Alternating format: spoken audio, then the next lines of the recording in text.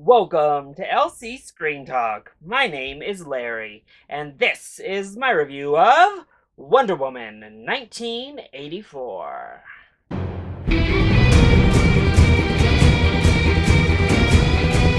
Wonder Woman 1984 is a 2020 superhero action film, once again directed by Patty Jenkins. We pick up with Diane Prince in 1984 as she has been a secret hero since we last saw her, but when a mysterious stone begins to grant wishes, Wonder Woman herself must once again step up to save the world, this time having to balance her own personal life with that of her heroic role. Now, to say I love the 2017 Wonder Woman film would be an understatement. I adore that film. In fact, it's the most I've ever seen a film in the movie theaters. And well, I may just be an addict that owns 3 different collector's editions on Blu-ray.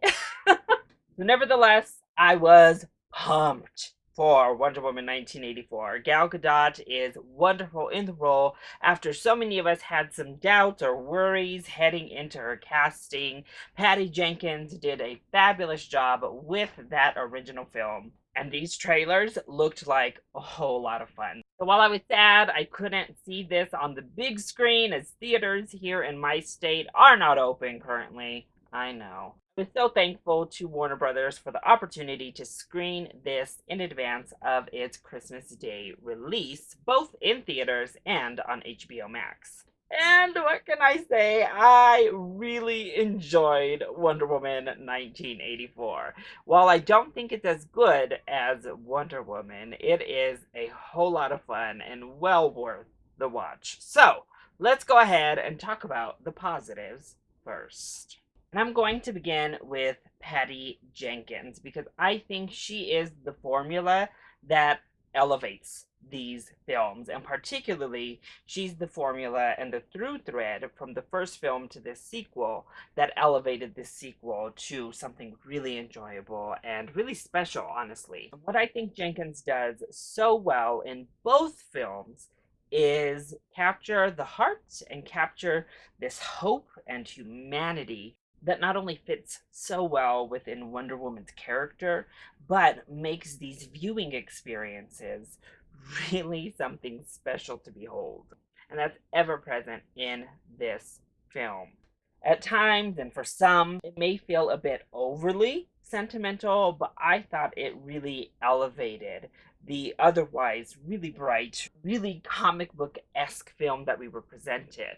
And once again, it's that heart that really sells the third act. But I also have to give it up to Hans Zimmer because his score is fantastic. The first Wonder Woman had an amazing score, and Hans Zimmer comes in for the sequel and delivers an equally stellar musical score, because the transformation of the Wonder Woman theme into this new arena, in addition to the rest of the original score, is amazing. And a lot like Patty Jenkins and her work behind the camera, Hans Zimmer and his music really brings a lot to what it is you're watching on screen. Gal Gadot once again returns as a fantastic Wonder Woman. I think she is just as good as she has been as the character, particularly in that original film. She just sells it for me. She's such a warm, personable actress that embodies this character beautifully and brings that warmth and hope and optimism, that heroic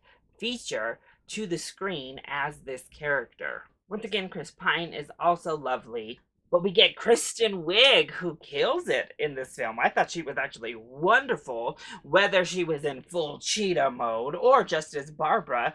I thought she was great. But honestly, it's Pedro Pascal who steals the show. He is giving you an over-the-top, dramatic superhero villain, and I am here for it. He delivers everything that a role like this needed, and then some. And guess what? It worked. Oh, he was amazing.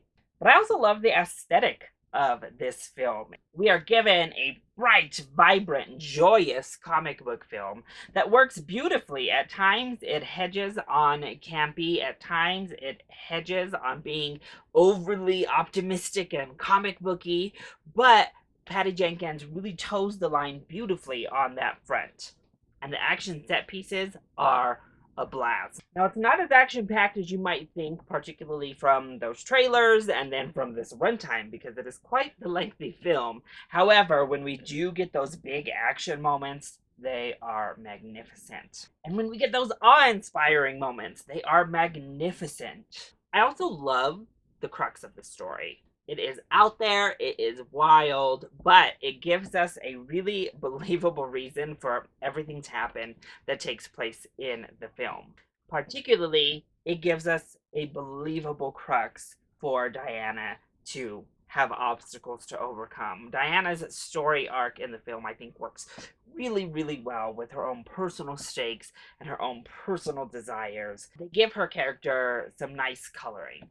So then, what didn't work so well when it came to Wonder Woman 1984? Well, my biggest complaint is, in fact, my biggest complaint from the first film, and it's the CGI is not great. And I think we got more CGI, particularly more CGI in the air, where we have an actor who is floating or flying or shooting through the air in these action set pieces, and it never quite gels. And that's a shame, especially since this film has been pushed back a couple of times. I was really hoping that they'd be able to really nail down that CGI, and unfortunately, it never quite gets there. And that's not to say that all of the CGI is terrible, because there's plenty of it that looks fantastic. I thought Cheetah looked great. I know other people are going to have a big problem with her design. I was not bothered by it at all. But the CGI, by and large, continues to plague the DCEU. Also, I mentioned the runtime. This film clocks in at around 2.5 hours, and it feels a little bit disjointed story-wise. We kind of go from these different set pieces, and they feel like distinct parts of the story, and they do have a through line. However, they don't flow seamlessly as we work from one to the next. Overall, I don't think Wonder Woman 1984 is as strong or as emotionally impactful and inspiring as the 2017 original film. However, I still had a lot of fun, and it felt great to end the year on this big, bombastic, beautiful, hopeful, joyful film. And for what the cast and crew set out to make, what Patty Jenkins sought to deliver, I think she does so in beautiful fashion. It's not perfect, but it harkens back to the days of big, fun superhero films. And I think you can sit down with the entire family, watch this on Christmas, and just get that warm, inspiring feeling. And make sure that you keep those credits rolling, because a cameo performance that's actually in the film itself is confirmed in the post-credit sequence, and I loved it.